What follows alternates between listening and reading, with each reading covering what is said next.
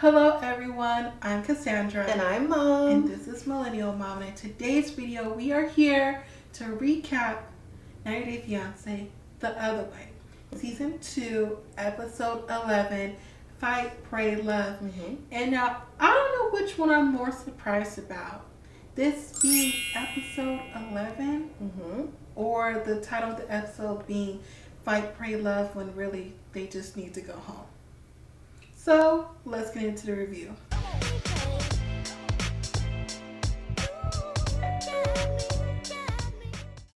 Okay, so first we're going to start off with Kenny and Armando. Now, I feel like for this whole episode, it was just like checkups on the people. It wasn't really like progression within the story, especially with Kenny and Armando, because we already know that Kenny wants to propose to Armando. Well, that is progression because he wants to propose, and guess what? Today's the day he proposed, and his daughters have flown in to witness the proposal. So that's progression with this couple. If you say so.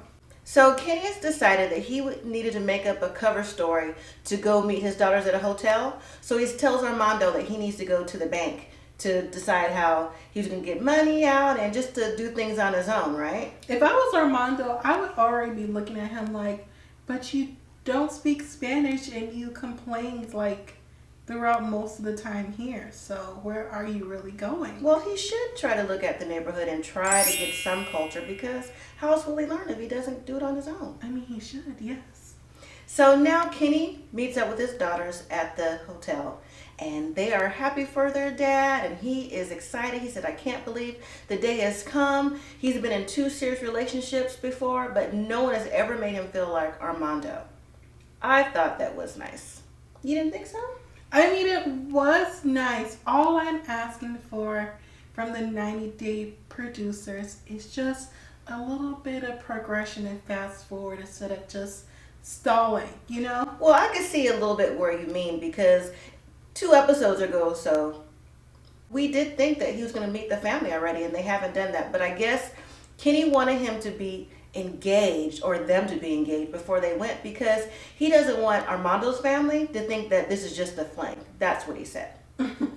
So while they're talking, Kenny goes back and recollects how when he came out in the early 80s, you know, it was taboo to be gay or whatever, and he's known so many friends along the way who have died from AIDS. He wants them to know, if he could, that in this day and age things have changed, people are more open, and that's one reason why he wanted his daughters to come, and maybe some friends and family, to see how they love now, or how he can love open and freely.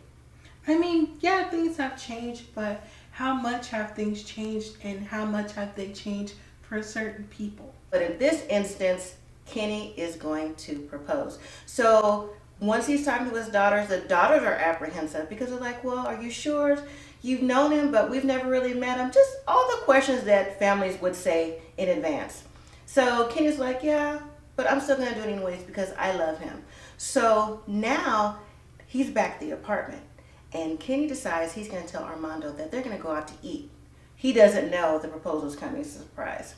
So, are you excited for this? Yes. I feel like you're more excited for this than I was about the show. I was just like... Because this is new. We haven't seen this on a 90 Day Fiancé or any other franchise, really, the same-sex couple. So this is new and it's exciting. So once they get to the restaurant, they don't go in. Kenny's like, well, let's go down here to the rocks by the ocean and take pictures. And it's raining, and Armando's like, okay. So when they get there to the rocks, Kenny starts his speech to propose, and he's getting emotional, and then he pops out that ring, and Armando accepts. I was like, oh my gosh, I am so happy for you guys. Did you shed some tears? No, but I was happy because this is something that they talked about, and how taboo it is in Armando's family, that this solidifies, to me, for Armando, his relationship with Kenny is real. So this week we get to see Brittany and Johnson, and they're going to mosque. Are we really surprised that we see them doing this together? No. I feel like this whole scene and the next scene that we saw was all played for the cameras, because they just weren't seeming too authentic to me in person, in their confessionals. I just wasn't feeling it. As far as I'm concerned, Brittany checked out before she got there and when she met the parents, because really that's the only thing she talked about was, your parents this and I thought your uncle that. And I'm like, why, Brittany? You're still deflecting. You're still deflecting. I wasn't impressed at all. She was still deflecting because when they finally went to the prayer and she was like, oh, what did you pray for?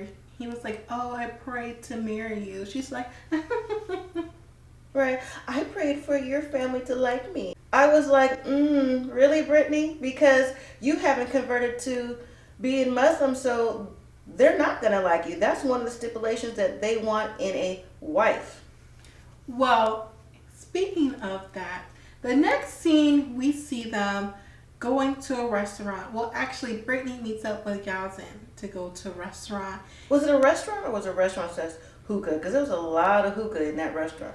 Well, wherever they went to go have some entertainment, it kind of seemed to me once again like it was inauthentic. He was greeting her like he hasn't seen her in 3 days, saying that she looks good, looks pretty. Like, didn't you just see her? Like, y'all should be seeing each other. Well, she did say, oh, I haven't seen Yazin in a couple days since we met at the mosque, so there's your answer. That seems really weird to me.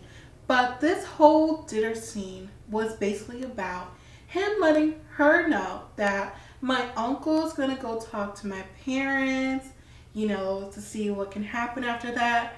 But we got 3 days to be married and for you to convert to being Muslim. And she's just like, 3 days, you're gonna give me a time constraint on 3 days? Like, how dare you Pretty do much. that to me? And she storms off. I was like, girl, what are you doing? Like, how do you have the nerve to be mad when you're the one who's still married? And at this point in time, I don't even think she's going to even go through with the divorce. I mean, for what? Because she's not going to marry him. I said it already episodes ago. It's deflection. She keeps saying she needs more time, but the family's saying, you can't have time. You've already had it. Now you have 3 days. So when she decides to come back after telling producers she was going home, which I'm like, you're either going home or you're going back. I thought she was going home. I mean, she might as well go home. She hasn't seen him for 3 days. You over here accusing him of trying to pressure you when you already knew what it was before you came over to Jordan. But No. she's trying to make us convinced that she didn't know what it was. Yeah, it's like, he should have told me before I got here. Well, you should have told him that you're married. So then we catch up with Devon and Jihoon. Now, Jihoon is packing up the hotel that they had. But I was like, so they went from the apartment that Devon rented to the hotel that I'm sure Devon put money down, Devon or her mama, to a new place. Well, I think you have it backwards. It's Devon went to the apartment that she rented, and only her and her mom was at the hotel. Remember, Jihoon was with his parents, to a short-term rental apartment that they're only going to be in for 1 month until Jihoon finds a permanent place. So, where's this money coming from? That sounds like a whole bunch of money being wasted, especially for people who seem like they're trying to count some money and save and trying to be responsible, because I know Jihoon don't got the money. Devon claims she doesn't have the money. Jihoon's parents aren't giving up the money because Jihoon owes his parents some money. And I have no idea what Devon's mom's doing besides watching Drusilla. Wherever they got the money from, they're moving to that short-term rental. So on the way to the short-term rental, it's Devon, Jihoon, and the kids. But Jihoon's parents picks up Drusilla's mom, who happens to be out shopping, to all meet together at the apartment. And I was like, awkward. Because Devon's mom is not here for any of this. She don't want her daughter to stay here.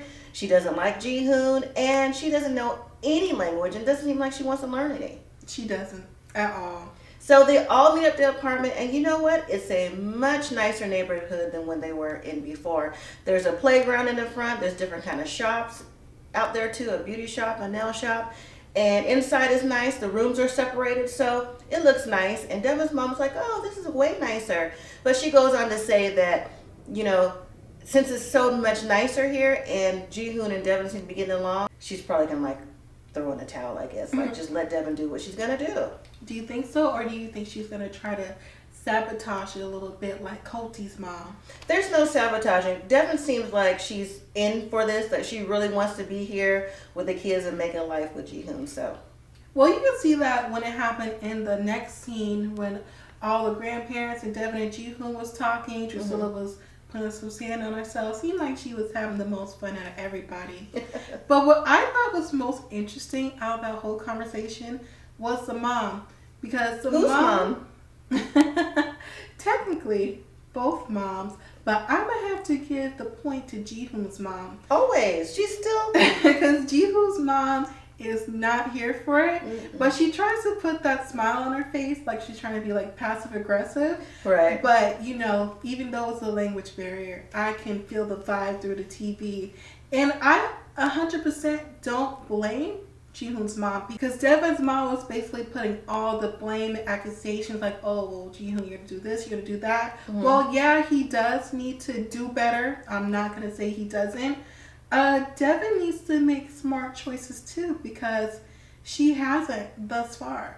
But overall, Devon got them to agree, all of them to agree, to just let her and Jihoon be the family, step back a little bit and let them make the mistakes along the way. I don't think Jihoon's mom is going to do that. She says that she is, but I don't think so.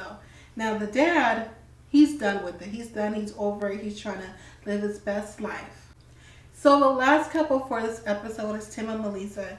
And you know what? I can honestly just wrap them up really quick because it was also just another continuation from last week's episode. And what I thought was interesting was Melissa was like, I hope my dad doesn't feel a type of way about Tim like my mom does, because then I don't know how we're going to get through it, because the reason why he came here is for us to work it out. But really, she didn't have to tell her parents. She chose to tell her parents. So now the outlook on Tim is kind of her fault, because if you didn't want them to know or for them to feel a type of way, you shouldn't have said nothing. Well, I don't necessarily agree with that. I do and I don't. I mean, she's from Colombia anyway, so eventually her visa would have ran out. She would have had to go back home unless another spousal visa or whatever came about. But she also says she's close with her parents, well, her mom and her dad. You know, there's different levels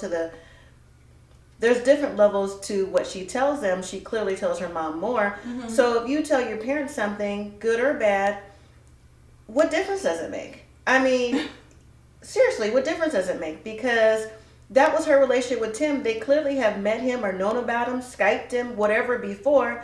So she came home. She must have been upset. So that's why. But the thing that I don't like with Melissa, and I keep saying this over and over and over, she keeps talking about something that happened over a year ago. He went to counseling and all this other stuff. And apparently that's not good enough for her. And it's not good enough for her mom. And now it's not good enough for her dad. And if she wants to be in a relationship with Tim, she needs to make that determination whether that's what she's going to do, regardless of what her parents think or not. Because Tim moved to Colombia, as we keep mentioning, to be with you, to work it out for you, to show you he's committed to you. I don't know how many times I have to say that. So the dad, once they tell the dad, and I personally think they should have told mom and dad at the same time. Why tell them individually? Right. Because if I was dad, I would be feeling the type of way like, okay, so when you were over the first time, how come I didn't know? You know the mom knows, or he'll find out. So the dad was disappointed in Tim, and he was saying, you know, I looked at you like a son, now that's been taken away. So he told Melissa that, you know, what's the point of going on with this if there's no trust? And Melissa is just like, yeah, I guess, but we knew this already before Tim got there. So I just want to know, again, what else is the underlying issue? Because if it's the cheating thing, the trust is gone. He's come to Colombia with his comfort cat for nothing. He needs to pack his bags and go back home and cut his losses. Unfortunately, he does. I know he loves Melissa. I can't say that Melissa loves him. I think she likes him, but she just can't get past that. And that's on that. All right, everyone. So that was the end of this week's episode. And like I said in the beginning of the video, like, I just don't understand what's going on. Like, why is it taking so long to progress? Like, is it the COVID thing? They did not have too much film.